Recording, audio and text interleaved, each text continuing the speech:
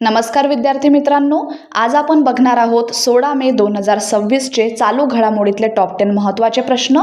आणि आजचा आपला पहिला प्रश्न आहे, सेंट स्टीफन्स कॉलेजने पहिल्या महिला प्राचार्य म्हणून कोणाची नियुक्ती केली आहे? योग्य उत्तर आहे पर्याय क्रमांक ए, सुसन एलियास। 12 मे 2026 रोजी दिल्लीतील सेंट स्टीफन्स कॉलेजने प्राध्यापक सुसन एलियास यांची पहिल्या महिला प्राचार्य म्हणून नियुक्ती केली। त्या 1 जून 2026 रोजी 145 वर्षे जुन्या महाविद्यालयाच्या 14व्या प्राचार्य पदाची सूत्रे स्वीकारतील।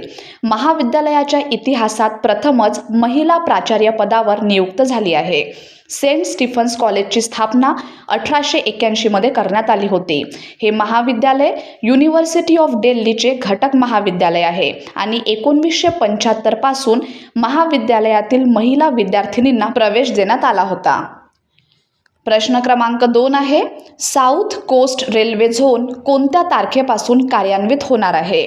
या प्रश्नाचं योग्य उत्तर आहे पर्याय क्रमांक सी, 1 जून 2026। दक्षिण किनारपट्टी रेल्वे क्षेत्र 1 जून 2026 पासून कार्यान्वित होणार आहे। या नवीन रेल्वे क्षेत्राचे मुख्यालय विशाखापट्टणम येथे असणार आहे।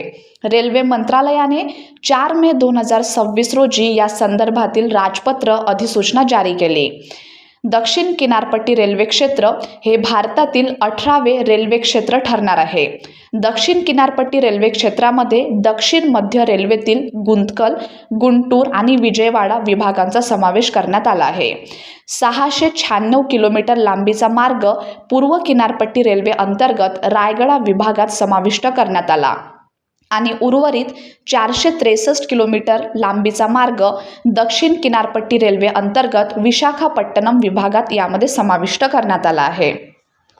प्रश्न तिसरा, पाकिस्तानने इस्लामिक नाटो संकल्पनेअंतर्गत कोणत्या देशांसोबत विस्तारित संरक्षण आणि आर्थिक व्यवस्थेवर चर्चा केली आहे? प्रश्न क्रमांक 3चं योग्य उत्तर आहे पर्याय क्रमांक बी, कतार आणि तुर्कीये। पाकिस्तानने कतार आणि तुर्कीये यासह आखाती देशांसोबत विस्तारित प्रादेशिक संरक्षण व आर्थिक सहकार्याबाबत चर्चा केली आहे। ही चर्चा तथाकथित इस्लामिक नाटो संकल्पनेअंतर्गत करण्यात आली।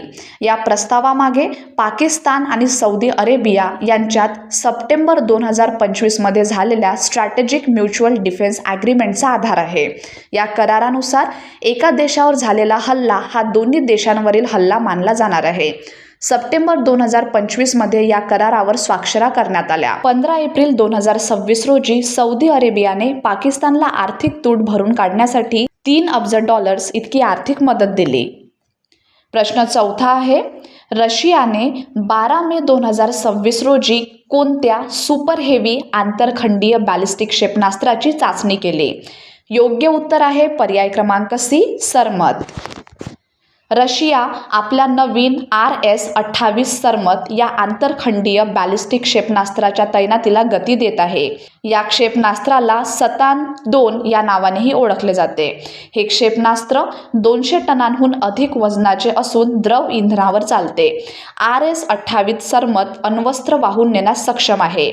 सोव्हिएतकालीन जुन्या क्षेपणास्त्र प्रणालींची जागा घेण्यासाठी या क्षेपणास्त्राची निर्मिती करण्यात आली आहे। हे क्षेपणास्त्र एकाच वेळी अनेक अण्वस्त्रे वाहून नेऊ शकते। प्रश्न 5वा आहे, भारताने 13 मे 2026 रोजी कोणत्या सेमी हायस्पीड रेल्वे प्रकल्पास मंजुरी दिली आहे? प्रश्न क्रमांक 5चं योग्य उत्तर आहे पर्याय क्रमांक बी, अहमदाबाद धोलेरा दुहेरी रेल्वे प्रकल्प। 13 मे 2026 रोजी भारत सरकारने अहमदाबाद धोलेरा सेमी हायस्पीड दुहेरी रेल्वे मार्ग प्रकल्पास मंजुरी दिली। या प्रकल्पाची अंदाजित किंमत सुमारे ₹20,667 कोटी इतकी आहे।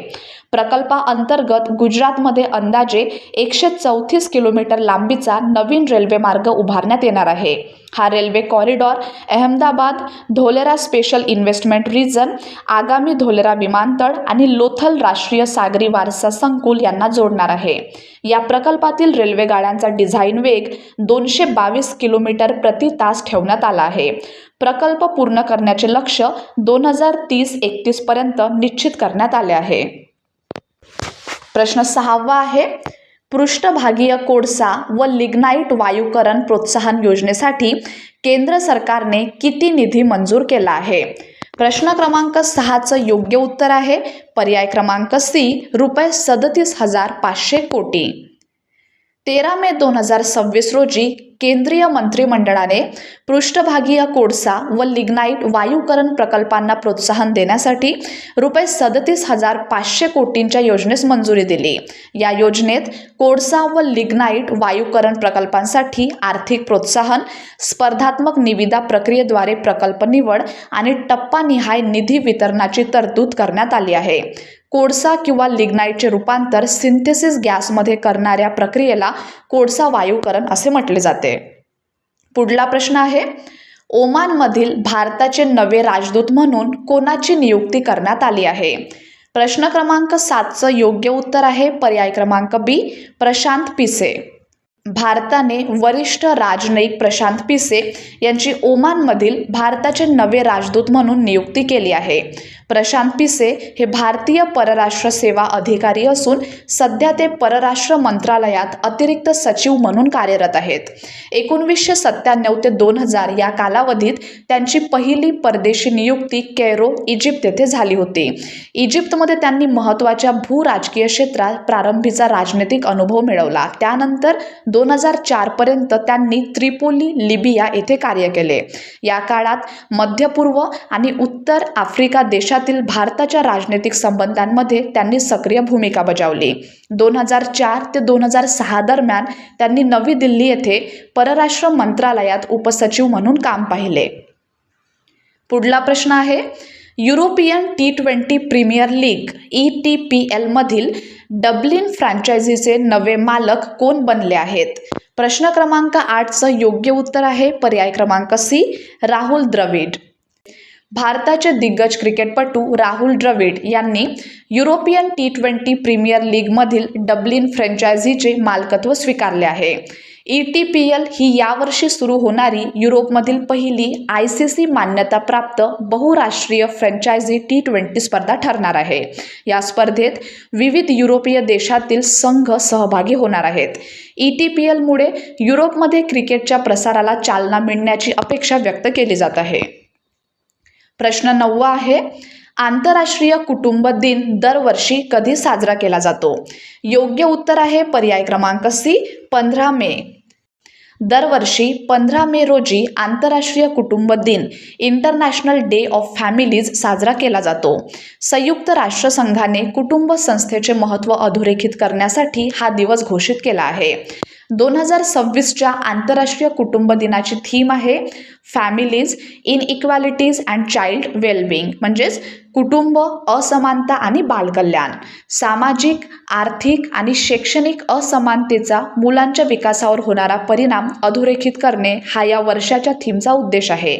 संयुक्त राष्ट्र महासभेने 1993 मध्ये आंतरराष्ट्रीय कुटुंब दिन घोषित केला होता आणि 1994 पासून हा दिवस दरवर्षी जागतिक स्तरावर साजरा केला जात आहे. आणि 10वा प्रश्न आहे, भारताने साखर निर्यातीवर बंदी कोणत्या कालावधीपर्यंत लागू केली आहे? योग्य उत्तर आहे पर्याय क्रमांक सी, 30 सप्टेंबर 2026.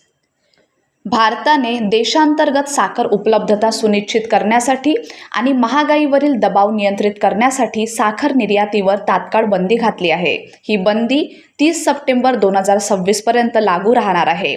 भारत हा जगातील दुसऱ्या क्रमांकाचा सर्वात मोठा साखर उत्पादक देश आहे. या निर्णयाचा परिणाम देशांतर्गत साखर उपलब्धता तसेच जागतिक साखर किमतीवर होण्याची शक्यता आहे. तर विद्यार्थी मित्रांनो, हे होते आपल्याचे टॉप 10 महत्त्वाचे प्रश्न. धन्यवाद.